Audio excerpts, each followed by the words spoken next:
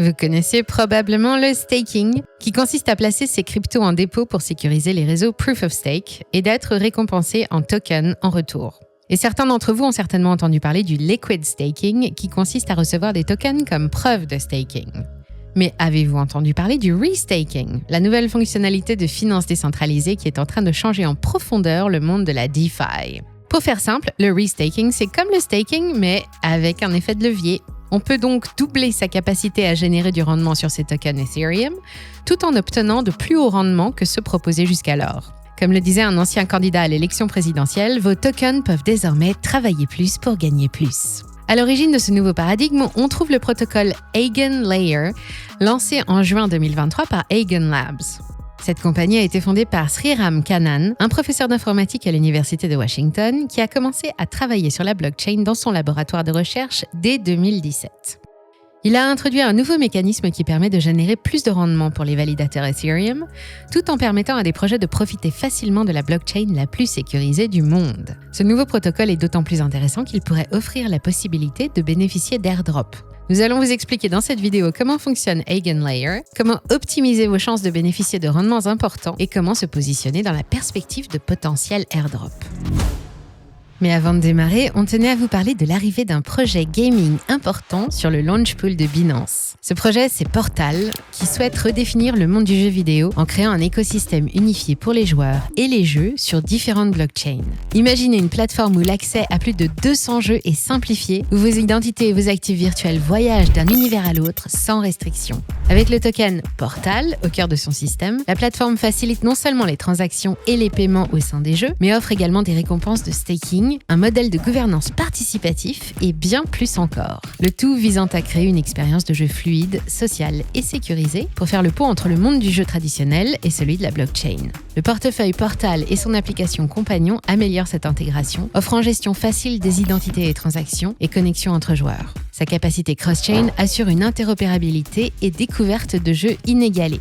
Et bonne nouvelle, vous pouvez actuellement gagner des tokens grâce au Launch Pool de Binance, mais ne traînez pas, la campagne se termine dans quelques jours. Le Launch Pool Binance est une plateforme permettant aux utilisateurs de staker leurs actifs crypto, comme BND ou BUSD, pour gagner de nouveaux tokens issus de projets naissants. Cela offre la possibilité de participer aux premières phases d'un nouveau projet et de gagner des récompenses. Les utilisateurs verrouillent leurs actifs pendant une période spécifiée pour en retour gagner de nouveaux tokens du projet lancé.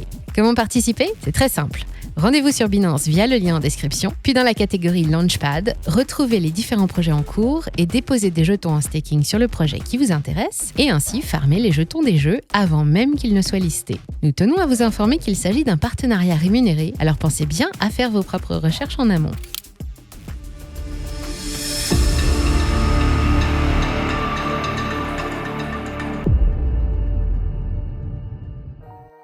Mais avant de nous pencher sur le restaking et le protocole EigenLayer, revenons un peu en arrière pour comprendre dans quel contexte ce dernier a été introduit.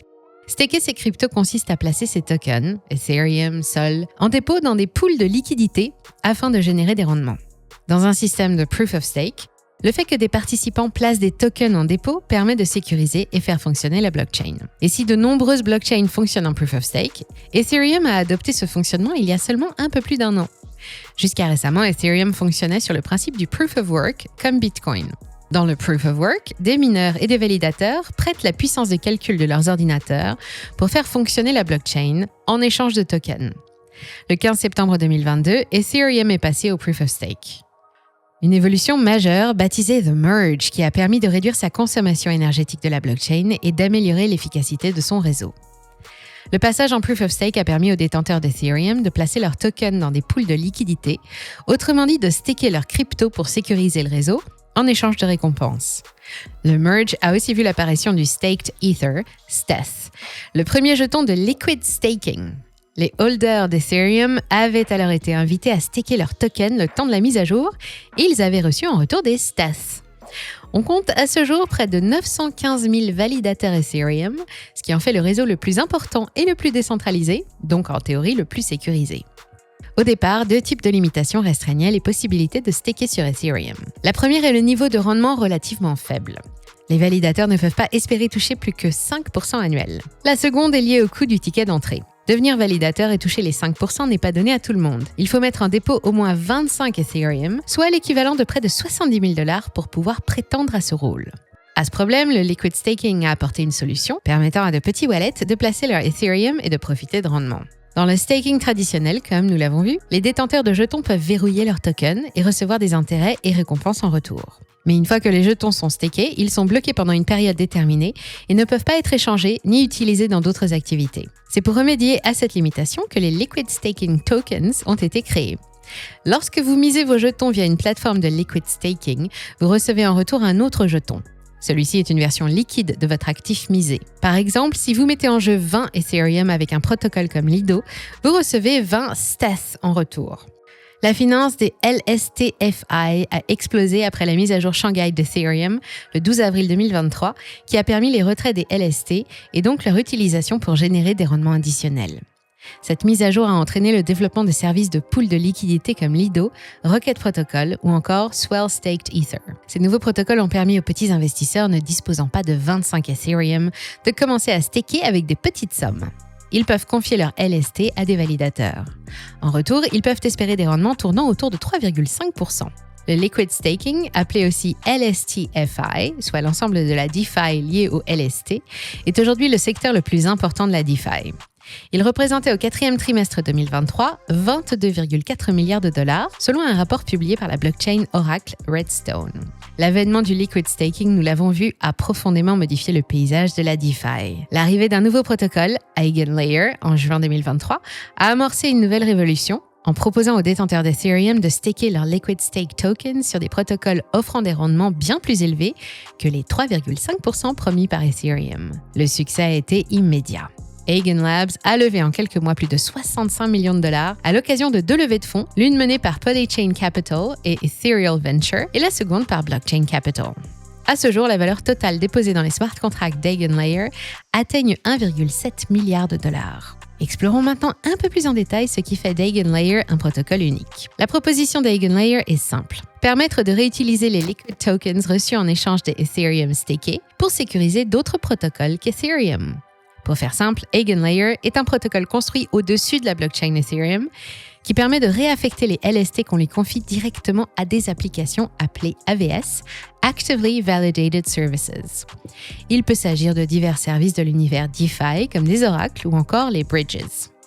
Jusqu'à présent, de telles applications devaient construire leur propre réseau de validateurs. EigenLayer propose aux développeurs de se greffer sur Ethereum sans avoir à élaborer un smart contract ou à lancer un token natif, leur permettant d'accéder auprès de 915 000 validateurs de la blockchain.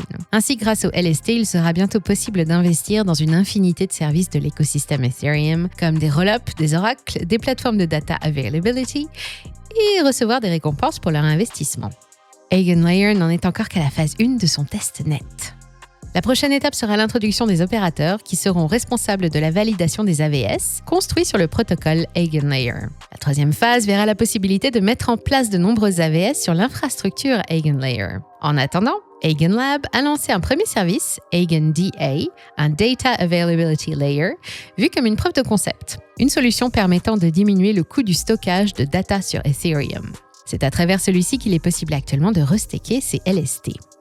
EigenLayer accepte à ce jour la liste des LST suivants: STS, Lido, RS, Rocket Pool, CBS, Coinbase, WBETH, Binance, OSS, Stakewise, Sweth, Swell, Encrest, Anchor, SX, Stader, OS, Origin, Ethereum. Et de nouveaux LST seront incorporés dans le futur. Pour le moment, les solutions alternatives à EigenLayer sont rares sur Ethereum comme sur les autres blockchains, mais ça va rapidement changer. Picasso vient ainsi de lancer une solution comparable à EigenLayer pour Solana. Comme avec EigenLayer, la plupart des jetons de liquid staking de Solana sont acceptés, comme le Marinade Staked Solana, MSOL, ou le JITO-Sol. Des solutions de restaking devraient également faire leur apparition très vite sur d'autres blockchains. Venons-en à présent au meilleur moyen d'obtenir des récompenses en utilisant le restaking et EigenLayer. Même si elle a été démentie officiellement, la rumeur d'un airdrop d'EigenLayer est insistante. Projet encore très récent, EigenLayer ne possède pas encore de token et il est très probable qu'ils en lancent un à l'avenir. De nombreux analystes estiment qu'il pourrait s'agir du plus gros airdrop de l'année s'il se concrétisait. Pour tenter d'en profiter, il existe 2 méthodes. La première consiste simplement à restaker via EigenLayer qui va rouvrir les dépôts du 5 au 9 février. Il faudra être réactif. La dernière fois qu'EigenLayer a augmenté ses plafonds de LST, ils ont été remplis en moins de 24 heures. La seconde solution consiste à passer par les services de Liquid Staking qui proposent désormais d'accumuler des points à farmer pour obtenir davantage lors du airdrop EigenLayer. De plus, ces services de Liquid Staking pourraient eux-mêmes procéder à des airdrops dans les semaines à venir. Pour résumer, commencer à utiliser les services de Liquid Staking compatibles avec EigenLayer, puis restaker ces Liquidity Tokens semble ainsi le meilleur moyen d'obtenir des airdrops dans les prochaines semaines. Ne vous précipitez pas pour autant, les montants stackés sont déjà très élevés et il est déjà tard pour espérer toucher une grosse allocation. Songez-y si le restaking vous intéresse déjà et ainsi tentez de faire d'une pierre deux coups. À présent, voyons quelles sont les différentes solutions de Liquid Staking et comment tirer parti au mieux. Le leader du marché, lancé en 2020, Lido, prend en charge le staking d'Ethereum ainsi que d'autres blockchains POS de couche 1 comme Polygon, Kusama, Solana et Polkadot. Pour faciliter la gouvernance décentralisée du protocole, le réseau a lancé une organisation autonome décentralisée qui prend toutes les décisions clés concernant les opérations du protocole. Un tel cadre permet au protocole de rester aligné avec les meilleurs intérêts de ses parties prenantes et de maintenir la décentralisation et la transparence. Alors que 24% des 29 298 000 Ethereum sont stakés, selon des statistiques de Hill Hobby sur Dune Analytics, 31% passent par Lido, soit près d'un tiers.